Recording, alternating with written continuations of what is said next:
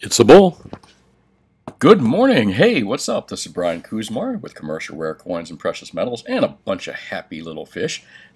Beautiful day out there as far as the water goes. Lots of colorful little clownfish and sergeant majors and all kinds of cool things on the Miami Underwater live cam here in South Florida. And if you're new to this show, I'm Brian Kuzmar. I'm a South Florida dealer. Been down here since 1972, actually. Started working for my father in 77 and opened this store in 95 in beautiful Lauderdale by the Sea. And been here ever since. My experience is rare coins, precious metals, and paper money and other things. So let's get into it today, folks. Don't you all kind of feel like this? I actually always like this song by Steeler Wheels, Stuck in the Middle with You. I don't know how many hits they had. Were they a one-hit wonder? I don't know, but one of my favorites, and this kind of says it, says it so beautifully. Clowns to the left of me, jokers to the right. Here I am, stuck in the middle with you, folks, and you can say the same. Hey, let's move into metals markets here. It looks like the coin said a bull. It appears to be right today because we have a bull straight across the board here. Bull, bull, bull, and bull. Well, who cares about this bull? Hardly anybody buys that stuff. Let's take a look and see what the numbers are. Let me expand this a little bit. Overnight, 17. I didn't look at the markets last night. I just was like, gosh darn, are they going to monkey hammer it last night? And you know what? I was feeling so good. And not that it makes me feel awful or anything, but it's like I didn't want to think about it. So I just waited till this morning, and lo and behold, we were up today. A little surprising. However, I do think that if we're going to get monkey hammered again, it'll be, when Powell jawbones again, which is, a week or two from now, the end of this month, actually. That's when I believe it'll happen, before and or after. I think one of the Fed job owners came out and said that well, we may not, because of the that new D variant that's coming out. We don't know what the effects are, so we may not start tapering. But I got a sneaking suspicion that they're going to not say they're going to taper, but they're going to allude that they are, and they're going to knock down precious metals markets before, during, or after that comment. And or some other news along those lines. However, I'd be really surprised if they just went status quo right now. But everybody knows that the Fed is jawboning. Everybody knows it, and I'm stuck in the middle with you too, folks. So 1777, 1804 is the high. Last I looked at it about 20 minutes ago, before I refreshed this, it was around 1799, but I was pretty sure it's going to break that 1800 today. Again, it's psychological numbers too. You ever notice it's always even numbers with precious metals? It's particularly gold, 1800, 1900, 2000. Psychological games and bullshit is what that is. But no less, it is what it is. 1804 the high right now, low at 1777. Silver at 23.65. I thought they were going to try to hammer it below that 23 mark today, but no, sir, they did not. 23 the low. Right on that edge, and 23.65 where it's sitting right now, and New York's open, so obviously New York is leading the market today, as opposed to New York for the last couple weeks, with the silver market at least, was hacking it down like 10, 15 cents at a time, a quarter in the opening and throughout the day. Not your typical monkey hammering that we would see, and done in one swift swell swoop. This was done. Silver was taken down in New York over the series of about a couple weeks after the gold manipulation by central banks, or whomever that may be, whoever did that. No less. Back up right now, 23.65. And if you had the opportunity to buy at that lower level in the low 23s this last week, hey, you did good. Platinum above $1,000 mark, still too cheap. I think all these metals are too cheap. As I always say, you're going to look back at these prices and go, wow, you remember when gold was $2,000? Man, that was, I wish I had bought more. And you'll say the same thing about $30 silver and $1,200 platinum. I wish I had bought more. No less. And again, you could say that 20 years ago, 10 years ago. Whenever you look at precious metals market, you can always go back. You can always look back and say, I wish I had bought more. You can't say that with every stock out there, and every fund out there, and every bond out there, and every treasury. You can't say that with those, but you can say that with precious metals. I may be wrong. There may be a few stocks out there that have stood the time of or stood the test of history for thousands of years. I doubt it, though.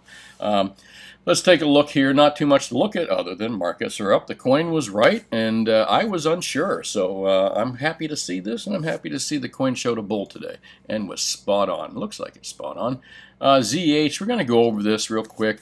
I pulled out some precious news stuff I want to talk about. A couple things I do want to talk about is some comments were made on the video on Friday about spending using in the comment section, and I might have brought it up, I'm not sure, but yeah, I did kind of bring up the subject a little bit about spending gold and silver eagles using their face value, you know, taking them out of the country or whatever you may be. Paying someone at their par value, not for the value of gold. A little article I want to talk about that where that's happened before. Technically, it's legal, but let's hold off on that. We'll do that in a bit. And also a couple really good articles about the economy here I want to go into as well. And another loser by CNN, of course, I expected that. I'm going to just kind of go down the aisle here. I like you guys looked at ZH, not because I think everything in here is factual. I just like the fact that they have different viewpoints and different narratives, unlike corporate media, which feeds you the single official government narrative. And then occasionally they'll have someone come on their networks or whatever, or they'll quote someone in their papers or their internet sites that doesn't agree with it, but usually they make them look like a fool. So really, corporate media is a single narrative source. That's it. Again, why I like ZH. A couple other sites I like too. And oh, I don't have my bookmark bar up there. Sorry, I'd show you. I think one of them is, well, I better not say it because I typed in the wrong, and I got a deceptive website. So if I give you the wrong URL, I don't want you to go there. I'll do it later. But again, the reason I like ZH is because they'll show you things and negative stuff that you are not going to see in the spin of corporate news. This guy's a freaking idiot. If I saw that bald head in public, I'd probably smack it. I'm not saying I would. I'm just saying I'd like to, maybe. What an idiot. What an idiot. I don't care who he said that about, what supporter, you know, whether it's a left or right supporter. What a freaking idiot this guy. And this guy is all part of the big war machine as well. Got us into wars as well. What a freak. If you ever saw this guy in public, I'd suggest you think about, don't do it, just think about smacking that fucking bald head right there. Excuse me, threw one off there, sorry about that. You know, I'm a little, I get a little pissy like you do about this stuff, so I'm going to just show it when I do. Key events this week, kind of what I talked about, all eyes on Jackson Hole webcast. Which is going to be interesting, where Powell's going to parole. I wish. Parole. Powell, is that a Freudian slip? Powell is going to speak, and they're going to jawbone the economy and jawbone the dollar up. However, I've got an excellent little article I want to read to you here, done by Guns and Goats. Tom Lungo, I think his name is, that goes into what is happening out here and I think the man nailed it pretty much. And again, I want to go over it here quickly after I'm done with this. Bulls charge towards Jackson Hole. Nothing good here. And yeah, futures rises, Jackson Hole looms, dollar slides, Bitcoin surges. And again, precious metals surged up today. However, folks, don't think that this is not all planned. Again, all these markets are manipulated across the board. Gold markets, silver markets, stock markets, dollar markets, you know, everything right across the board. Treasury, it's all manipulated by central banks and the Fed. You know, they manipulate these things. The Federal Reserve being the master of manipulators. Let's take a look. Well, let me not say that. The world central banks are getting just as savvy and just as good at being scumbags too. Future. Pardon, I'm throwing a few out there. Futures rise. So let's see what happens on Fed Speak this week. Maybe there's going to be another opportunity to buy a dip here if possible. Premiums now have come down on a lot of product, much less than it used to be. So much easier to buy gold and silver on these dips without paying ridiculous premiums we were. This is probably not good for... well, if I were any of these companies, I would just pull the hell out of California. That's for sure. And I love California. It's one of the most beautiful states. One of the most beautiful states in the union. Especially that PCH highway. I've driven it so many times. Love the state. Hate their government. But I can say that about a lot of states and even federal government. Don't hate, that's a strong word. Dislike. Register, okay, crypto call. Cryptos are kind of going up. My opinion, folks, that's such a risky market. It's like going to a casino.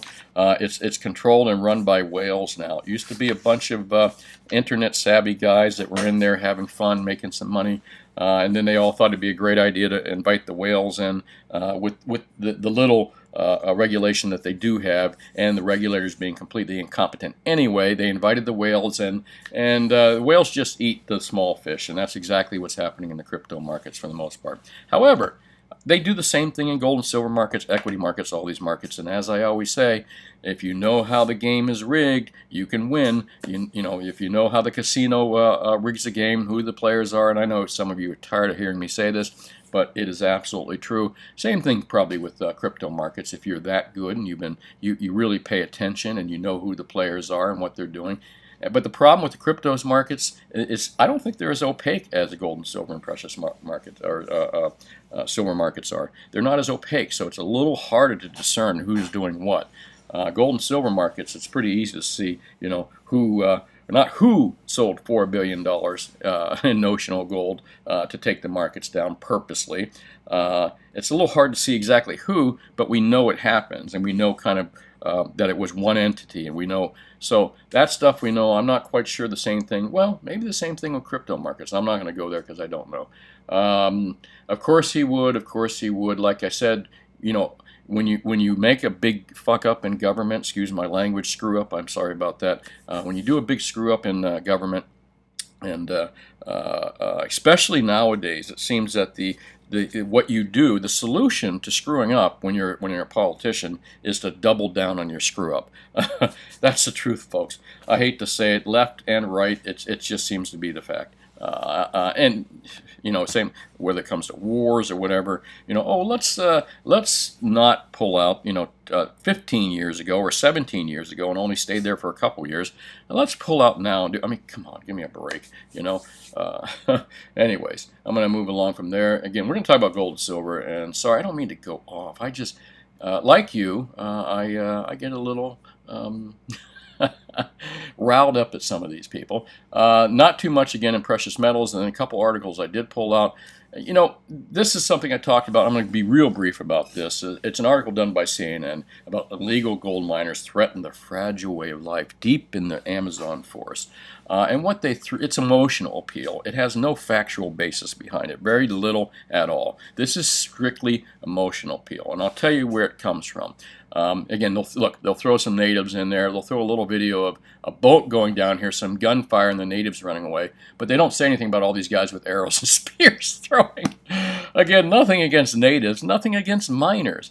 My biggest issue is against corporate media who runs these type of feel-bad, emotional appeal articles that are based in no facts whatsoever. And really the governments like Brazil, the government's biggest issue with gold mining, maybe not so much in Brazil as much as some other countries. The government's biggest issue, they don't care about these little gold. Most of these gold miners are little family people. There's a small group of them. They're out in the middle of the forest, not bothering anybody. There's billions and millions of acres around them. So it's overblown. And they say the mercury use. I've seen how they use the mercury. It's very small. It's usually recovered, and it certainly has no huge effect. This is not strip mining, folks, we're talking about. What the government really has an issue with, and why they don't mind promoting CNN and these emotional appeal type corporate stories, is they want their taxes. They want their money. That's what these small miners do not do. These small miners manage to take their gold. They don't pay any taxes on it whatsoever. It doesn't go through the government, the claws of the government, the greedy ass bastards. It goes around them. That's what they hate. They don't care about the rainforest. They don't care about the frickin' rivers. They don't care about the natives, folks. They want their tax money. But they find nice allies in corporate news who likes to run these emotional appeal articles to knock the small miners out, or at least so the big miners can go in there and strip mine the shit out of the place. Anyways, I'm familiar with the subject, and whenever you see these articles like this, it's based on emotional appeal, not facts, folk. Especially that particular subject. This is kind of interesting. GATA.org. Goldfinger 2021 plot fish could be villainous for banks. I saw it's done by Financial Times in London. I should have known better when I started to read it. I'm really surprised that GATA.org even put it in here. Isabella Kaminska brings up the Goldfinger, where Goldfinger hatches this plot. You know the whole routine in the movie James Bond. Goldfinger wants to irradiate all the gold in Fort Knox. So that his gold will be the only gold you can use, because all the other gold in Fort Knox will be radiated. So he's going to blow up a bomb there. But what Goldfinger didn't know, we discovered years later, there is no gold in Fort Knox. His plan was worthless. I'm only teasing. I don't know. I just had to throw that in there. So her story says, Goldfinger, she talks about the rationale, blah, blah, blah, behind it. But what she does talk about that kind of is really stupid is, let me just kind of quickly hit that. Where is her comment down here that I didn't even want to really read? Not that I didn't want to read, but she makes some stupid comment in here that, where we go, why, here. Sorry about that. I don't mean to make you dizzy, and I don't mean to just have silence and not talk about anything, and I forgot to mark here she goes. Could that imply fears about the toxicity of gold derivatives issued by financial institutions that have been hugely overhyped by gold promoters who, like Goldfinger, are more interested in inflating their own positions than improving system stability? What she's done here, basically, she's defended the paper derivatives. She really did. She basically, definitely, but it could be too early to tell. Others have argued that the impact won't be known until the high cost of dealing. So she made a comment up here that that the only reason that people that complain about the manipulation in these paper derivatives that aren't backed by anything is because they own gold and they're greedy and they want the paper derivatives out. That is, what's the word I'm looking for? Asinine? I think so. What an asinine, not know nothing statement that is. I'm sorry, I had to say it. But again, really surprised that they even put this article in here. Another person that has no clue about precious metals. Not sure where this poor lady got her information, but wherever she got it from, or either that or it's just a hit piece on precious metals. Not too much to read in GATA.org. If you're a new watcher to my videos, GATA.org are the masters. They don't live, not some guy living in a basement. These guys have degrees. They know what they're talking about. They know how the game is rigged. And if you're a stacker in silver or gold, you need to have this on your bookmark bar and read it daily. I'm not going to go into anything after that. Let's talk about another article that I liked. This is done by Ron Paul and the Mises Institute, and it's kind of interesting. Big fan of Ron Paul, always has been, always have been. You know, like him or hate him, one of the things that I've always liked about him, he's been a hard money asset guy. I'm sure he doesn't agree with paper derivatives. He's been around a long time. He's against illegal wars. Gosh, if we had had him in 2008 as president instead of who we got, I think this country would be a much better and different place, to be honest with you. But I digress. Let's read this real quick. The Secret Ronald Reagan Told Me About Gold and Great Nations. And this is by Ron Paul. Today marks 50 years since President Nixon closed the gold window. And I'm going to kind of skip over some of that because we know some of that stuff. This is what I didn't know. Nixon's closure of the gold window motivated Ron Paul to run for office. Having read the works of the leading Austrian economists such as Ludwig von Mises and Murray Rothbard, I understand the dangers of abandoning a gold for a fiat currency and wanted a platform to spread these ideas.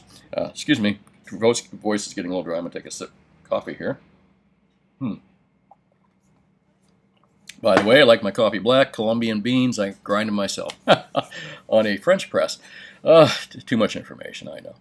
Well, let me continue this. When I, Ron Paul, first entered public life, supporting for restoring a gold standard, much less abolishing the Fed, was limited to so-called gold bugs.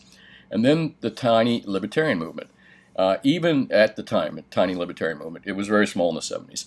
Even many economists in the 80s who normally supported free markets believed the fiat system could be made to work if the Federal Reserve were forced to follow rules. I guess Ron Paul didn't believe that. These rules were supposed to provide the Fed with clear guidance as to when to increase or decrease the money supply. This may sound good in theory, but a rules-based monetary system still allows the Federal Reserve to manipulate interest rates, which are the price of money, causing artificial booms and very real busts. This is very important, folks, because this is exactly what we've got going on. Ron Paul has been talking about this since the 70s and 80s, man. And, people are starting to listen. But, they're not giving this man the credit that he is due, because he was the man in Congress talking about this years ago. One of the reasons I like his son, Rand Paul, even though I'm not too fond that Rand Paul is a Republican, I'd rather see him as an independent, quite frankly, as a libertarian. But Rand Paul, the acorn doesn't fall too far from the tree, so he has similar beliefs. I'd have liked to seen Rand win the primaries in 2016 as well, but that didn't happen. But gosh, I digressed again about politics. The stagflation of the Carter era did. Give me 1 second. The stagflation of the Carter era did increase interest in monetary policy. The rise of the supply-siders who supported a limited role for government helped increase interest in the issue. Ronald Reagan once told me that no nation has abandoned gold and remained great. Now, that's a very powerful statement. Say as you will about Ronald Reagan. I didn't vote for Ronald Reagan. I don't remember who I voted for at the time. Probably the Libertarian candidate. I do vote Libertarian. I don't vote lesser evil. And that's a powerful statement by Ronald Reagan. He made quite a few. He was a patriot for sure, old school patriot, cowboy. And no nation has abandoned gold and remained great.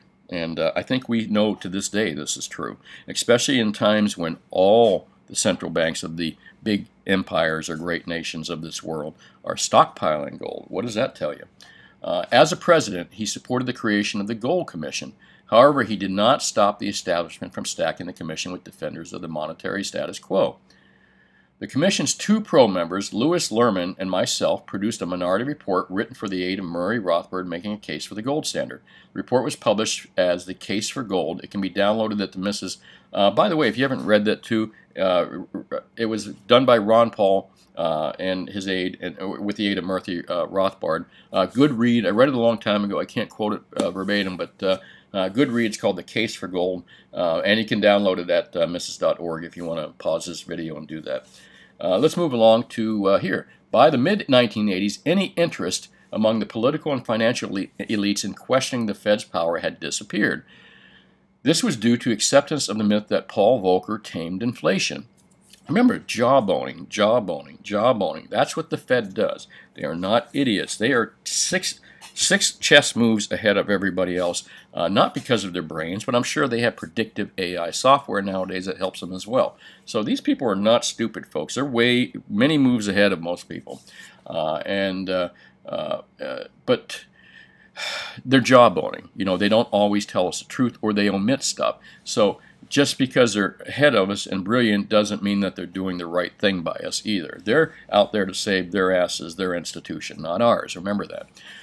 So Ron Paul says in the 1990s, a virtual cult of personality ran around the maestro Alan Greenspan, who once told me that the Fed had to learn how to replicate the results of a gold-backed currency. Some of you all know that follow this economic stuff and a little bit about history, is that Alan Greenspan was looked at as a maestro. He was looked at as a god at some point because he was able to balance all this stuff. And again, these people aren't stupid, folks, and even Alan Greenspan was in it for the bank, the institution, not for us. But what was happening was good for them and good for us. When stuff starts happening that is good for us and bad for them, trust me, it's not going to go that way. They're not going to let anything bad happen to them. But Alan Greenspan was a gold bug per se, and I don't like the word gold bug. Back in the old days, it didn't mean anything mean. Now it does. It's kind of a spiteful way to call someone that supports gold. But he was a gold supporter. Alan Greenspan was. So let me finish this here. While my warnings that the Fed was leading the American economy over the cliff were dismissed in Washington, they found a receptive audience outside the Beltway. The response to my 2008 presidential campaign led to a birth of an all-new liberty movement that put monetary policy front and center. That is true. That is extremely true. Ron Paul was very instrumental in getting people to talk about this stuff. I think if it wasn't for Ron Paul, myself and a lot of other people wouldn't be connecting the dots here, wouldn't be questioning the Fed as much as we are, and would be suckers for the fiat system. You got to thank Ron Paul in many ways. He's the first congressman out there to loudly proclaim this stuff. The 2008 meltdown, big banks bailouts, and the Fed's subsequent failure to reignite the economy despite unprecedented money creation fueled the growth of a new movement. Well, it fueled the credit expansion bubble. But his movement he's talking about, my campaign for liberty organized, mobilized a new liberty movement to make audit the Fed a major issue in Congress. And yeah, Ron Paul is the father of the audit the Fed movement. That is for damn sure. He actually was the first guy to start the Tea Party movement before the religious right fanatics and the news handed the religious right fanatics that title. And then it went wacko, wacko. But the original Tea Party movement was Ron Paul talking about the Fed and having these rallies and stuff. But like I said, I saw it happen. CNN and all these stations started not interviewing Ron Paul and not focusing on the movement that he had started for the Tea Party movement. They started talking to crackpots and making it look like crackpots were. This is how they manipulate, folks. Again, I digress. Wow, I digress an awful lot. And I use that word digress a lot. That's because I do. Oh, boy. Okay.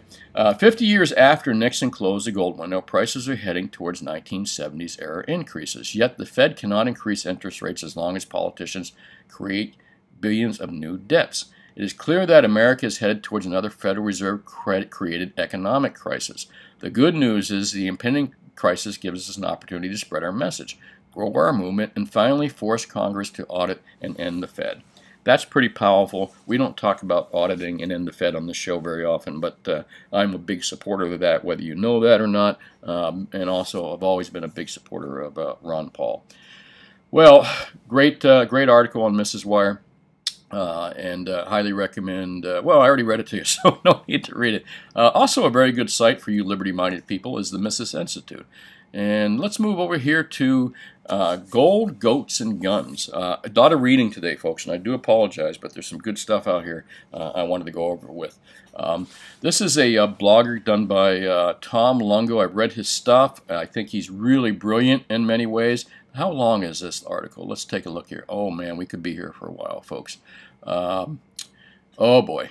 Yeah, I'm not going to read this one to you because we could be here for a while, but I'll go over some points here that I want to point out here, or some things I want to point out.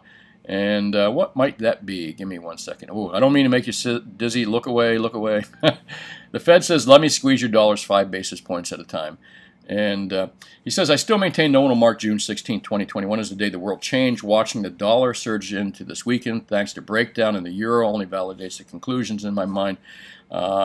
And he talks, and that's basically the summit. 16th President Biden and Putin met for a summit, which altered the course of geopolitics forever, agreeing to disagree about Nord Stream and reversing the U.S.-Russian relations, another thing. While that was happening, the FOMC met and reversed the flow of dollars globally.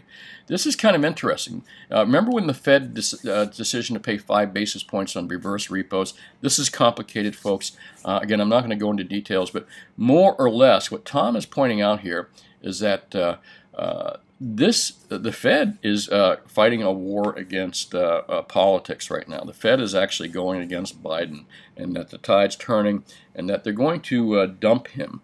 I know this sounds pretty crazy, but you really have to read this article.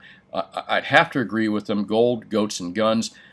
Pause my video real quick. Read this. Trust me, you're going to want to read this. Again, a little technical, but work your way through it. And if you don't know a word, look it up on Investopedia. The Fed says, let me squeeze your dollars 5 basis points at a time. Read this article, folks. More or less, let me kind of just go down here. But none of them are real reasons why the Fed did this, because the real reasons are still hidden behind the veil of Jerome Powell's seemingly incoherent Fed speak. Now, he calls it Fed speak. A lot of people call it Fed speak. I call it Fed jawboning. Remember, everything in the U.S. politically today is meant to look like the country to... This is the point right here. What he's saying is everything U.S. politically today is meant to look like the country, that the United States is incompetent. Think about this. Our elections have been incompetent. Our politicians, our parties have been incompetent. Our local officials have been incompetent. The response to this... the response to 2020, I don't want to say the word, has been incompetent. All this incompetence in the United States, basically. And he has a very good point that why this might be happening. Biden's botched withdrawal from Afghanistan is the latest example. The fight is overspending on Capitol Hill is another. multiple diplomatic gaps by Secretary of State. It's all there to reinforce the failing confidence we are in a financial crank space, like to think ourselves so smart and so insouciant to see. I think that's a proper pronunciation. I got to look up that word. I kind of know what it means. It's becoming the norm rather than the exception when a prominent U.S. official acts as a blithering idiot. Right, folks? Follow where we're going here. So you can be forgiven if you thought that Powell's publicity retarded comments about inflation felt like that to you as well. But this, like so many things we've seen, is also part of the psyops, because the first rule of the Fed watching is to never listen to what they say. That's for the algorithms and the Momo monkeys chasing nickels in front of the freight train. What a great comment that is. Smart observers watch what they actually do, and with those 5 basis points in the Fed defended itself and the dollar. Now this gets interesting, because the Fed, as I've said, multiplied times now, works for Wall Street if it works for anyone other than itself. Well, we know this. They work for Wall Street. First, they work for themselves. They defend that institution tooth and nail. If it was something horrible for the American people, and it was the only way to get the Fed to keep that institution open, we would have something horrible for the American people. Trust me, it's all about them first. Wall Street second, and Tom points that out very, very well here. And if it works for anyone other than itself. So it scans strategically that anything which jeopardizes the Fed's hegemony over capital markets globally will be ruthlessly opposed by the FOMC when push comes to shove. I'm laying aside for now what the Fed's longer-term goals are. What I see for the first time since Nixon closed the window 50 years ago, the Fed was getting hemmed in by outside forces looking to throw its favorite son, Wall Street, to the wolves, and that will not stand. The world has been begging for the Fed for more dollars for 2 months now. Please, sir, I want more heroin to feed my addiction, kind of is what Tom says. We can't survive the well, you know, the virus, or 911, or climate change, blah, blah, blah. Powell, for his part, 2 weeks ago, before he raised the RRP rate, told ECB President Christine Lagarde, no. That he's not going to give more dollars. He's not going to produce dollars. And about that many words, and things have progress from there. The euro has been in a free fall ever since. For the past few weeks, the ECB has tried desperately to defend the late March $1.17 low. It failed again this week to hold that low despite a post-European close ramp to paint the weekly tape during Friday's late trading. The result of this has been predictable explosion of the use of reverse repos by domestic counterparties. It jumped a few $100 billion in the aftermath of June 16th announcement.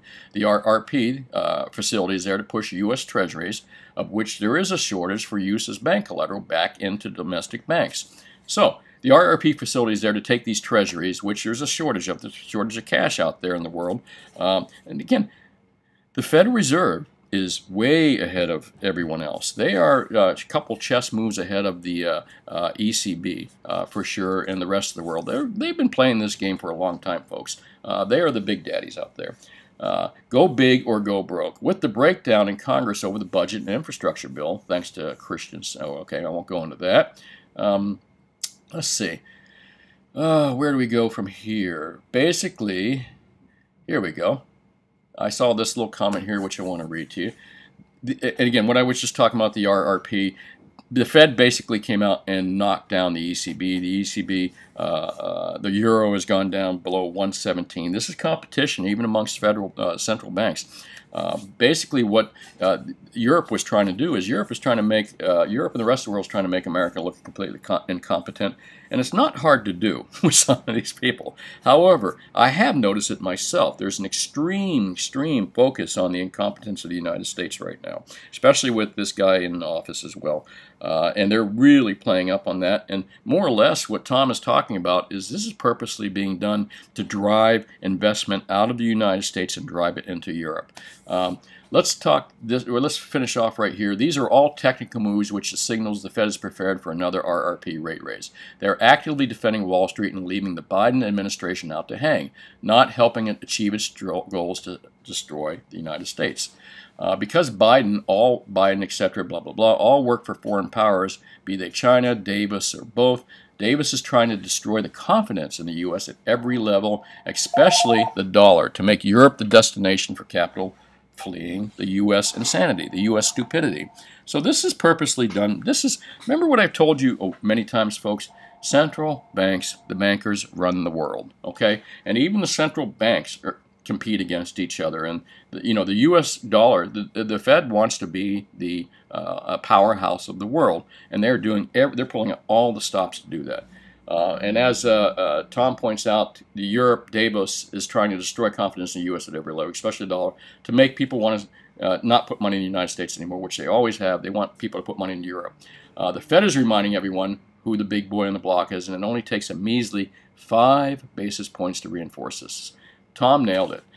Moreover, has anyone noticed it's Wall Street's biggest suck-ups in Congress sticking money wrenches in all this legislative bickering over a measly $4.7 trillion?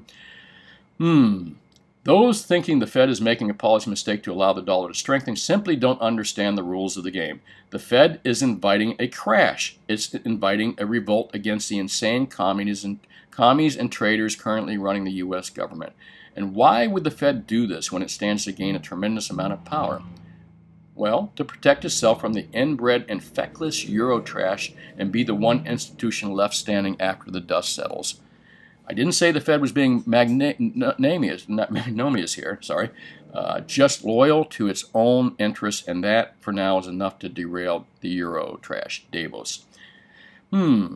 Well, folks, that pretty much sums that up, but again, I hope you stuck with me and didn't fast forward, because this is technical stuff. This kind of gets, I don't like to talk about this because it's technical, it gets boring, and it gets long. However, excellent, excellent article. I only read you parts of it. Make sure you read this. Put this guy in your bookmark bar too, because he is really good.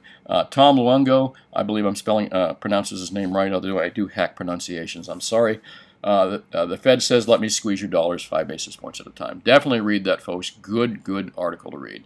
And where are we going from here?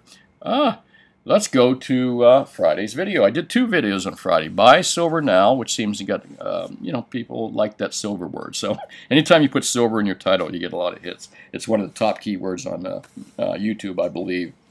However, I'm not going to put it there every time just to get clicks. I want to keep my titles legit.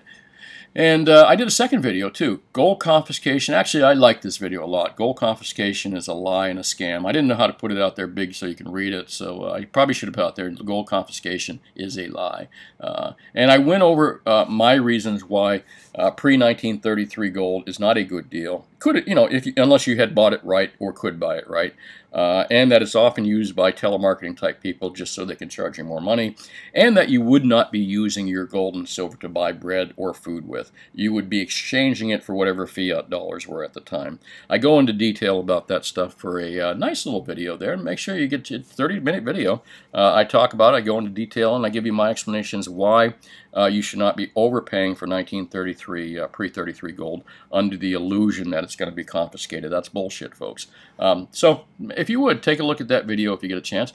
I left up my videos up here if you want to see who that I watch. I watch all these guys. I'm a gun guy. I like guys like Hickok 45, and I like, where's the other guy that I watch all the time? Oh, gosh, Demolition Ranch. As you can see, there's Senator Rand Paul. But, boy, I just kind of get off track often here, don't I? Too much coffee this morning. Hang on. Speaking of coffee, I'm going to take another sip here. Okay, real quick, I want to click on Friday's video, the second video I did. Gold confiscation is a bullshit scam used by telemarketers. And let's read some comments here. The comment that I'm probably going to go after more or less, and that kind of goes along with the topic. Got a lot of comments here as well. Where did they talk about the way they'll confiscate is by making bullion dealers. Dr. Dog Will Hunt says they'll confiscate by making bullion dealers withhold heavy taxes when they sell. That's not the case really right now. In the U.S., if you sell your bullion to a dealer right now, you are responsible to send in your own paperwork, unless you're selling over 25 ounces of something, I forget what it is. 25 ounces of non-U.S. Eagles that are some bullshit IRS regulation. But then again, you still have to report it on your own. Someone's just going to file a report on you. taxes are still the responsibility of the people that made the money. And I don't think it's going to be a dealer responsibility anytime soon, Dr. Dog will hunt. But hey, let's see what happens. And Peter Wilson says, I bought pre-33s years ago near at spot. They're history and neat. That's what I said on Friday. If you could buy a pre-33 gold and maybe not pay more than $100 premium or something over its melt value, which is a little shy of an ounce, it's not a bad deal. In fact, I would buy the stuff myself, but it's not. The premiums on the stuff, especially the graded stuff, are just ridiculous. It's not a gold investment. It's a collectible. Silver Tard says pre-33 have weird weights. Yeah, as I said, 20s are 0.9675, a 10 is half of that, and a 5 is half of that, and so on. But not a bad deal at a spot for sure. Thanks for watching, sir. 1 ounce availables, I agree. Always take the cheapest available BU. The cheapest premium product that's recognizable by people in the industry. That's, if I could say one quote when people ask me what the best thing to buy in precious metals is, that's it. Cheapest premium for a recognizable product, not recognizable by you or your buddy, recognizable in the industry, is the best deal out there. And tea, oh, someone's drinking tea. I like my coffee. And Twilight Zone, thanks for watching, guys. Again, I appreciate all of you people right there that watch. Tree Climber, Jan from Florida.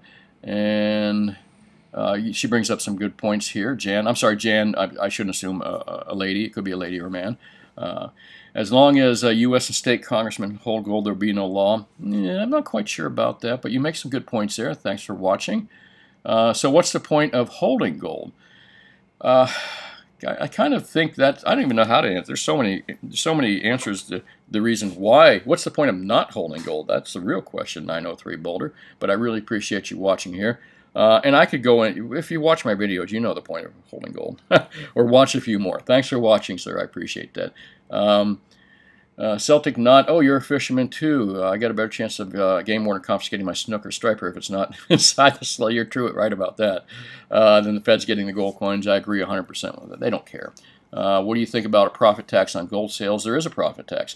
You have to pay capital gains on your gold sales. So if you made a profit, you have to pay taxes on that profit. It is an IRS requirement, folks. Gold is not taxable. Remember that. Don't get yourself in trouble.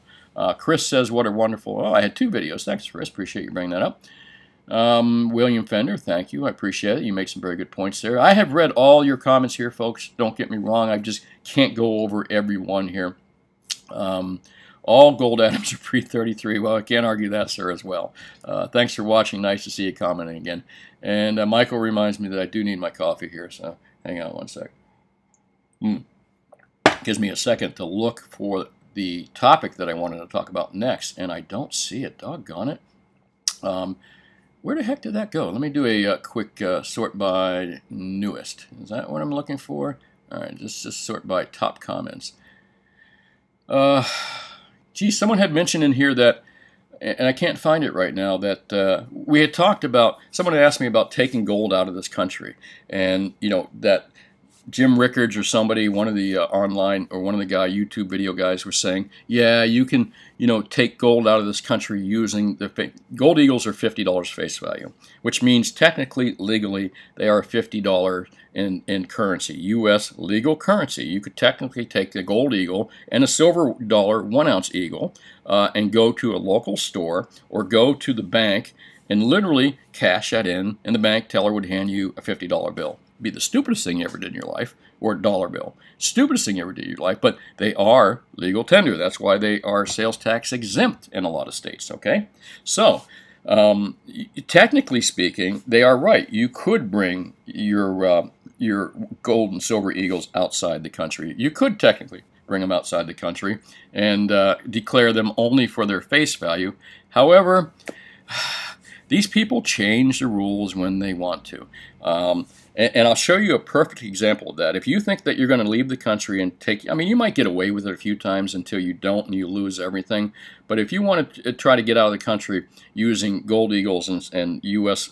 Silver eagles at their par value, their face value, you're going to likely lose it. And let me give you a great example of that, of a gentleman that paid his employee with silver eagles using that same exact logic. Let's read that article. This happened years ago. Now, I thought he had gotten off, and he did. He had gotten off the charge in 2009 or something like that. Here's a scenario. An employee pays his employees with silver eagles at dollar face value instead of the silver value. He does this for a while. IRS just goes apeshit and charges them with tax evasion or whatever it is. He goes through, he beats it, he beats it and beats the charges, except the government and IRS is not happy about this. So they go back and they charge the guy again. He ended up getting a prison time of a 15-year sentence, folks. They don't even give some murderers 15 years. So if you fuck with the IRS and you fuck with the government, they'll bury you under the jails, even if you're following their rules and they don't like it. Remember, these people, like the casinos, like central bankers, like people in Wall Street, they run the casino. They can change the game. They can change the rules anytime. And that's exactly what's happened here. Let's take a look. Poor Robert Kerr. I think that's the way to pronounce his name. The U.S. versus Robert Kerr. Horrible miscarriage of justice. And it was, and it is. Let's read this real quick. The Ninth Circuit Court of Appeals has upheld the criminal conviction of Robert Kerr, the man who incurred the wrath of IRS by paying his employees in gold coin. It was gold coin. Since the face value of gold coins was significantly below the legal threshold that triggers withholding taxes, the court held that Kerr didn't do his duty to serve as a tax collector. Yeah, we're tax collectors. Yeah, that too. For the U.S. warfare state by withholding income taxes from the money paid to his employees. He's now serving a 15-year sentence. That's fucking insane. What's another possibility reason for the IRS wrath in the Ninth Circuit ruling? By his action, Kerr has, number one, exposed the fraud of the U.S. government's labeling of gold coin as legal tender, and number two, exposed the U.S. government's decades-long fraudulent debasements of its paper money. Keep in mind that our American ancestors fully and completely rejected the paper money system under which Americans now live. That's why gold and silver coins were America's official money for the first 150 years of our country's history. During that time, Americans didn't use irredeemable paper money for their economic transactions as Americans do today. They used gold and silver coins. Periodically, the U.S. government would borrow money. To do so, they issued bonds, notes, and bills. Sometimes the notes and bills would circulate, but everyone understood that they were actually promises to pay money, i.e. gold and silver coins, not money itself. Remember, this is pre-Nixon, okay? So you could trade in that paper for gold and silver. With the welfare state revolution brought on by FDR, we talked about that the other day, administration, America's monetary system came to a screeching halt, and without even the semblance of a constitutional amendment, of course. FDR and his status cronies simply decreed that gold and silver coins would no longer be the official money of the United States. Instead, the government's paper bills and notes would be. Now, of the United States, remember, FDR didn't completely take us off the gold standard. He wouldn't pay us in the United States back in gold and silver, but he was willing to take all the other countries to redeem their dollars back into gold and silver. As long as you were a central bank, he didn't mind doing it at the time. Again, remember, the dollar was on the Bretton Woods Agreement, too. Instead, the government's paper bills and notes would be Americans were ordered on pain of fine and imprisonment to turn their gold over to the government. It was one of the most remarkable events in the history of the United States, the type that totalitarian regimes would do to their citizens. What did those bills and notes that were circulating as paper money promise to pay? Nothing. It pays nothing. While they were still called bills and notes, dollar bills, Federal Reserve notes, they promised to pay nothing. The beauty of the scheme from the standpoint of U.S. officials is that they could now spend whatever they wanted on the warfare state schemes. The sky on federal spending was now the limit. All they had to do was just keep printing money to finance their schemes. In the 1970s, once several generations of Americans had lost sight of the fact that gold and silver coins had been the official money of the United States, Congress made it once again legal to own gold and silver. Ever since then, the U.S. government has issued gold coins under that law to continue to be legal tender, just as they were in the first 150 years of our history. What does this mean? Well, it means that under U.S. law, gold and silver coins continue to be official money of the United States along with its irredeemable paper money. So why don't people use such coins in everyday transactions like our ancestors did? Why? Because owing to the debasement of the currency, decades after decades since FDR administration, it pays to use the government's debased fiat money rather than its gold coins. Consider, for example, an official U.S. gold coin with the face value of $50. Suppose you want to purchase something that costs $50. You could pay the seller with the $50 gold, and he would be required under the law to accept it. What I was just explaining to you before I read this article, folks. Your $1 and your $50. You could take it to the bank and they'd give you a $50 and a $1 bill. But you'd be a fool to do that. Why wouldn't you do that? And he points it out right here. Because you could go out and sell that coin for $1,250 in paper money, use $50 to pay for the item, and pocket $1,200 in paper. That was at $1,250 at the time when they were talking about this. It's even higher now, folks.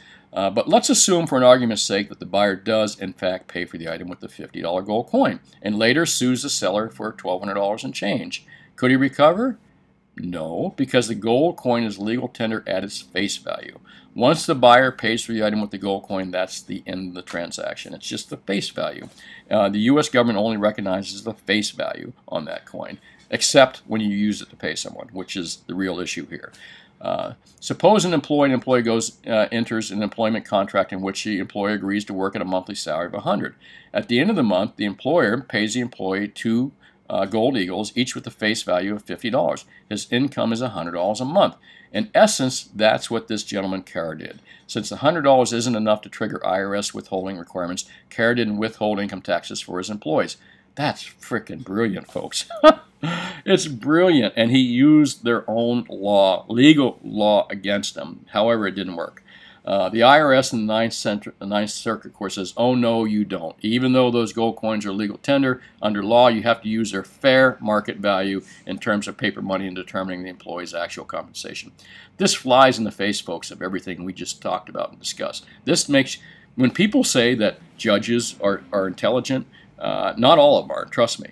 This one, obviously, whoever was in the Ninth Circuit Court was obviously not too bright. And I find this in a lot of fields, by the way. Just because you went to college and you have a PhD or whatever doesn't make you smart, folks. It just says you were good at school. That's about it. It's what you do with that knowledge. And obviously, the Ninth Circuit Court didn't do anything with it. How does the federal, and again, most judges are just, I better not say this. Might be, you never know. But a lot of judges, in my opinion, are failed lawyers. How does the federal judiciary justify giving the gold coins or legal tender at their face value? The Ninth Circuit Court says that the IRS regulation requires compensation paid in property rather than cash be valued at fair market value. Now, the Ninth Court is going with IRS regulations, not the Constitution, folks. They're referring back to IRS. Oh, IRS says regulations says this, which flies in the face of the Constitution completely. So the federal court, who is supposed to follow the Constitution, instead says, well, the Constitution doesn't matter here. You need to follow IRS regulations. Wow. Wow, wow, wow. Think about that, really.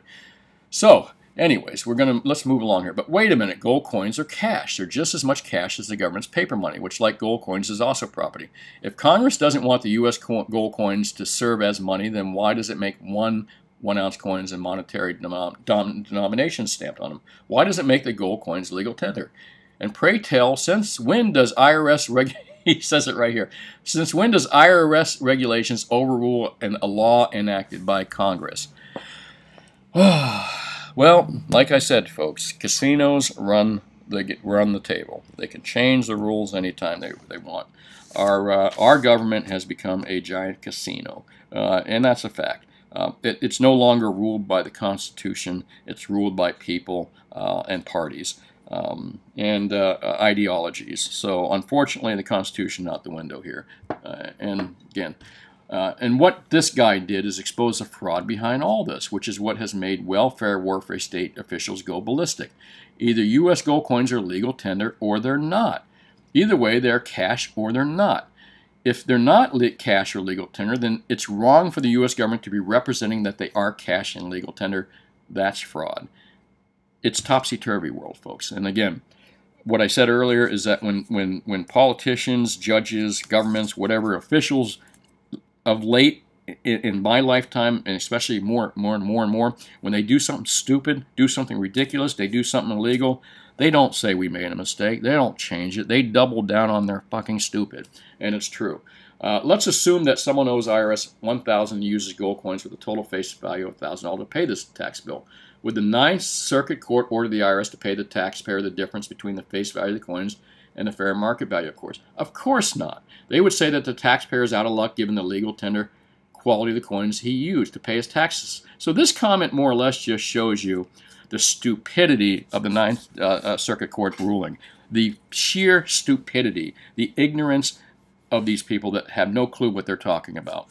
Because they say one thing and then they do the completely opposite. Again, if anybody wants to know why we think that our government becomes more and more inept and our legal system is more and more inept, this is why. CARE has also exposed the fraudulent means by which the warfare state has plundered the American people through the fiat money schemes that FDR foisted on the American people during the New Deal. Today it takes $1,200 in paper money, not $50 in paper money, to purchase one $50 gold coin. That difference reflects the horrific damage that U.S. officials have done to our money over the decades. Absolutely true. And that's why they need to punish CARE so severely. 15 years in prison for using gold coins. He exposed the fraud that the status of the beloved warfare and welfare state and the means income taxation inflation by which the status funded. What a horrible miscarriage of justice. This was written by Jacob G. Hornberger. Absolutely true, and God, he nailed it.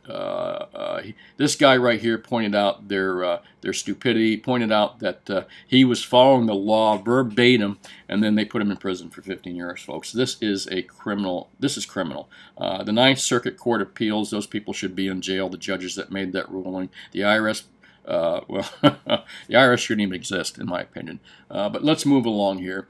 Because, again, I don't want to digress. Really good article. It explains exactly what we were just talking about. Any folks that think that they're going to take $1 silver eagles and $50 gold coins and consistently be able to take them outside the country, claiming that they're only $50 and a dollar, you're wrong. They will get you. They got this man really bad, and he was following the law, folks, and he's in prison for 15 years. So don't underestimate the stupidity and that these people won't double down on their stupid, because they do. Best online deals of the day. We're about done with this video. Sorry, it's a long one, but we're lots to talk about. Deal of the day, best deals of the day out there. I'm going to just continue saying what I've been saying since I've checked out the new updates on spreads out there, dealer spreads. Any gold that you can pick up under $100 per ounce premium, preferably under $80 an ounce, that's going to be mostly bars and stuff, is the best deal. Over $100 an ounce premium, I think it's too much, given the fact that you can buy stuff for under $100. That's for gold. Silver, the best deals out there are still under $4 and under. Let's say $5 and under, but $5 is too much. I think $4 is too much. However, the market is what it is right now on silver. If you can pick up any silver for under $4 an ounce, it's a good deal. I advertise to beat the online guys, APMEX, SD Bullion, and JM Bullion, because I can. My overhead's lower. I can go and look and see what they're selling stuff for, and I can just lower my price pretty easily. And I like to be competitive because it nets you more business. And it also keeps money in your community. As you know, I'm a big a proponent of buying local. I don't care if it's tires, jewelry, or precious metals. Try to keep that money local. It's real important. You know, if APMEX, JM, or SD is in your town or your city or state, hey, go spend money with them. Even have it delivered. What a great convenience that is. But don't ship your money outside the state, folks. Keep it inside the state. There's a lot of good dealers available to you if you just take the time and go out and look for them. And if your local dealer is unsure about if your local dealer is unsure about lowering his prices and being competitive with these guys, just have them give me a call at Commercial Rare Coins, and I'll explain to them how beneficial it is to be competitive against the online sellers as a local brick and mortar. Well, that's really about it, folks. This is Brian Kuzmar with Commercial Rare Coins and Precious Metals in beautiful Lauderdale by the Sea. Call me anytime between 10 and 4, Mondays through Fridays. Happy to help you out. And that's really about it. Have yourself a great day, and I'll talk to you soon. Thanks now. Bye.